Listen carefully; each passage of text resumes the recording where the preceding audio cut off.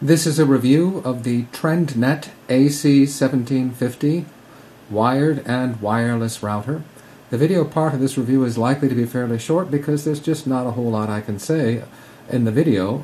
You want the details and the numbers, and those aren't really suitable for video, so I'll have those in the written part of the review. The 1750 is a dual channel router. Gives up to 1750 megabits per second total. 1300 on one channel, 450 on the other. And notice that is megabits, not megabytes. To convert between the two, you'd take that 1750 and divide by 8, and that's how many megabytes per second you would see.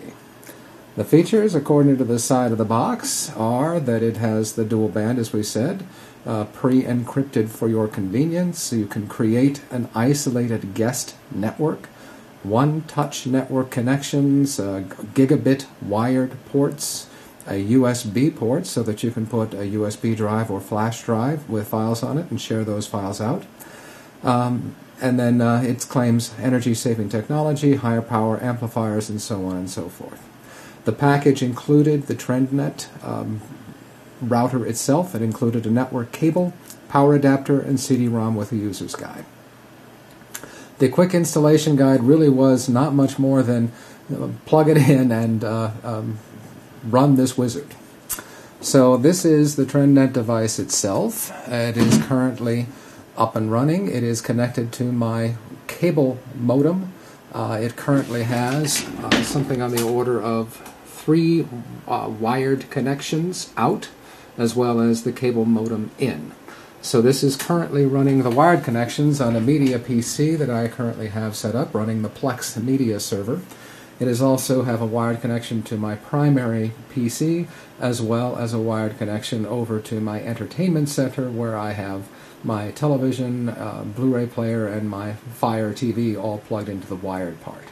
For the wireless, I'm running this, my phone is connected to it, I have several tablets connected to it, and I have a laptop connected to it. So I've been running tests on this using all of these devices, and I've been comparing it to a state-of-the-art Linksys router that I have been playing around with.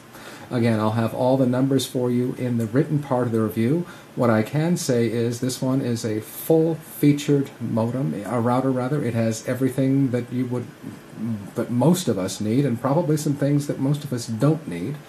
It really is easy to set up, which is something that after some painful experiences a few years ago, I was delighted to not really have to do much in this case, to have it just work.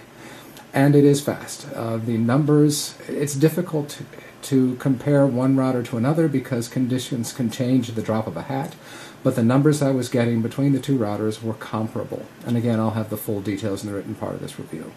Bottom line is, for the money, this is a lot of router. It may be more than most of us really need.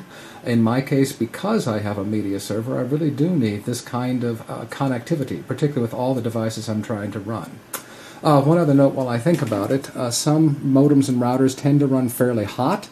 This one, the heat escapes upward through those grooves, and in this case, it is only running just a hair above room temperature. So this is not run warm at all, and since heat is the enemy of any electronic device, that actually bodes well for its longevity.